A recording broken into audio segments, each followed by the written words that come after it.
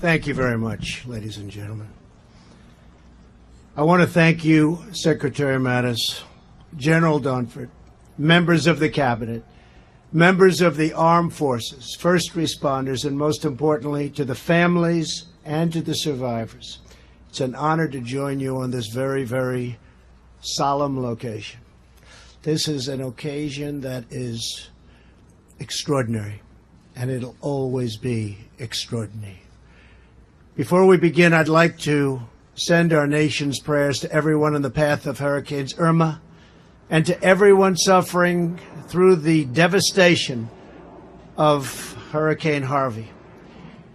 These are storms of catastrophic severity, and we're marshaling the full resources of the federal government to help our fellow Americans in Florida, Alabama, Georgia, Texas, Louisiana, Tennessee, and all of those wonderful places and states in harm's way. When Americans are in need, Americans pull together, and we are one country. And when we face hardship, we emerge closer, stronger, and more determined than ever. We're gathered here today to remember a morning that started very much like this one. Parents dropped off their children at school. Travelers stood in line at airports and getting ready to board flights. Here at the Pentagon and at offices all across the country, people began their early meetings. Then our whole world changed. America was under attack, first at the World Trade Center, then here at the Pentagon, and then in Pennsylvania. The horror and anguish of that dark day were seared into our national memory forever. It was the worst attack on our country since Pearl Harbor, and even worse because this was an attack on civilians, innocent men, women, and children whose lives were taken so needlessly. For the families with us on this anniversary, we know that not a single day goes by when you don't think about the loved one stolen from your life. Today, our entire nation grieves with you, and with every family of those 2,977 innocent souls who were murdered by terrorists 16 years ago. Each family here today represents a son or daughter, a sister or brother, a mother or father who was taken from you on that terrible, terrible day. But no force on earth can ever take away your memories, diminish your love, or break your will to endure and carry on and go forward. Though we can never erase your pain or bring back those you lost, we can honor their sacrifice by pledging our resolve to do whatever we must to keep our people safe.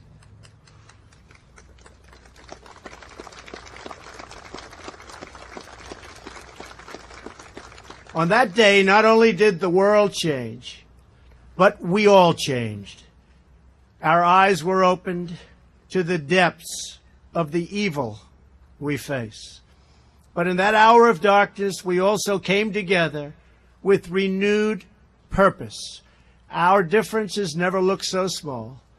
Our common bonds never felt so strong.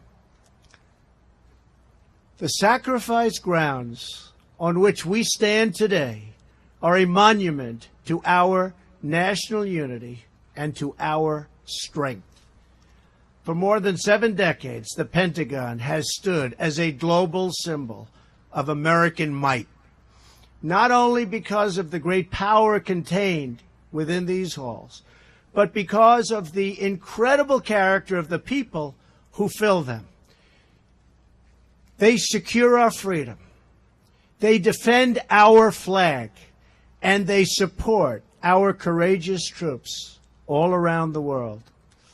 Among the 184 brave Americans who perished on these grounds were young enlisted service members, dedicated civil servants who had worked here for decades, and veterans who served our nation in Korea, in Vietnam, and in the Middle East.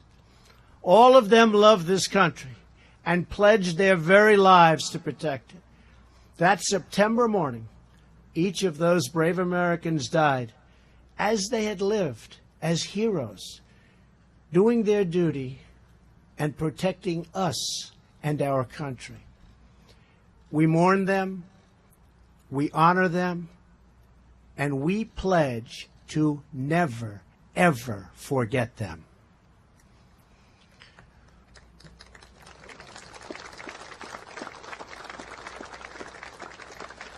We also remember and cherish the lives of the beloved Americans who boarded Flight 77 at Dulles Airport that morning. Every one of them had a family, a story, and beautiful dreams. Each of them had people they loved and who loved them back. And they all left behind a deep emptiness that their warmth and grace once filled so fully and so beautifully. The living, breathing soul of America wept with grief for every life taken on that day. We shed our tears in their memory, pledged our devotion in their honor, and turned our sorrow into an unstoppable resolve to achieve justice in their name. The terrorists who attacked us thought they could incite fear and weaken our spirit. But America cannot be intimidated, and those who try will soon join the long list of vanquished enemies who dared to test our mettle.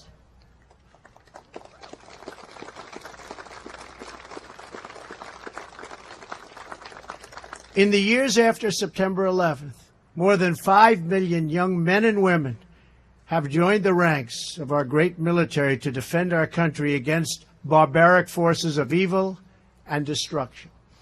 American forces are relentlessly pursuing and destroying the enemy's all civilized people, ensuring, and these are horrible, horrible enemies, enemies like we've never seen before. But we're ensuring that they never again have a safe haven to launch attacks against our country.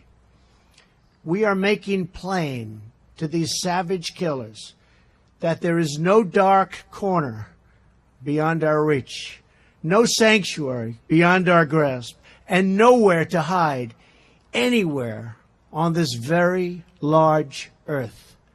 Since 9/11, nearly 7,000 service members have given their lives fighting terrorists around the globe. Some of them rest just beyond this fence, in the shrine to our nation's heroes, on the grounds of Arlington National Cemetery. They came from all backgrounds, all races, all faiths, but they were all there to dedicate their lives, and they defend our one great American flag.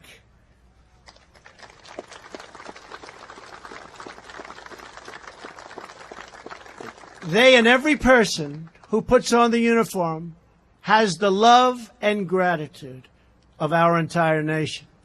Today, as we stand on this hallowed ground, we are reminded of the timeless truth that when America is united, no force on earth can break us apart. No force.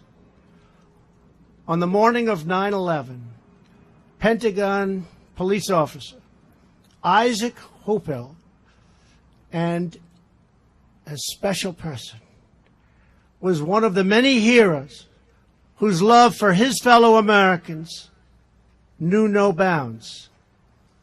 He was a mile away when he got the call over his radio that a plane had crashed into the Pentagon.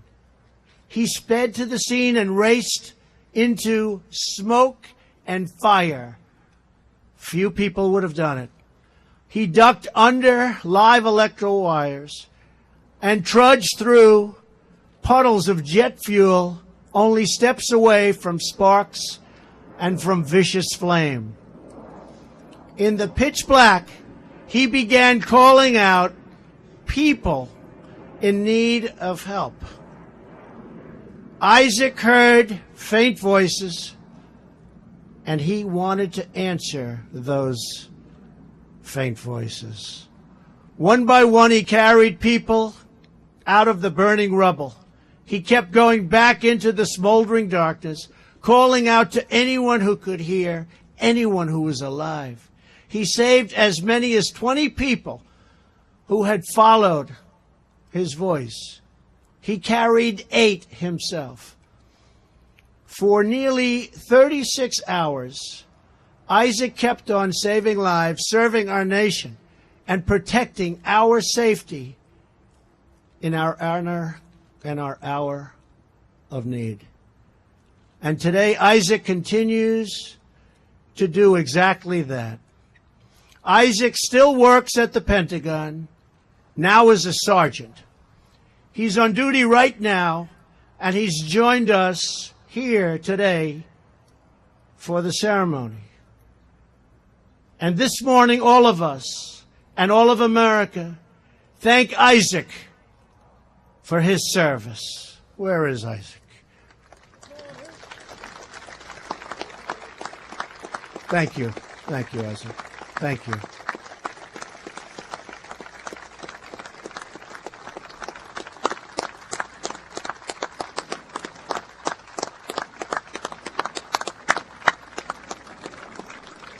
To Isaac and to every first responder and survivor of the attack you carry on the legacy of the friends you lost, you keep alive the memory of those who perished, and you make America proud. Very, very proud.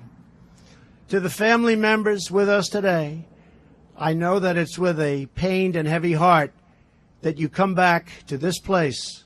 But by doing so, by choosing to persevere through the grief, the sorrow, you honor your heroes.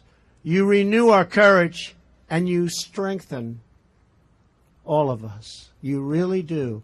You strengthen all of us. Here on the west side of the Pentagon, terrorists tried to break our resolve. It's not going to happen.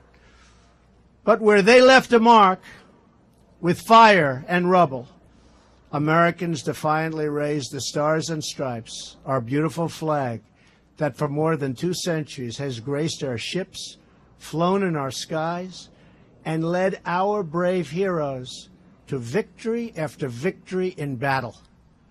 The flag that binds us all together as Americans, who cherish our values and protect our way of life. The flag that reminds us today of who we are, what we stand for, and why we fight. Woven into that beautiful flag is the story of our resolve. We have overcome every challenge, every single challenge, every one of them. We've triumphed over every evil and remained united as one nation under God. America does not bend. We do not waver, and we will never, ever yield.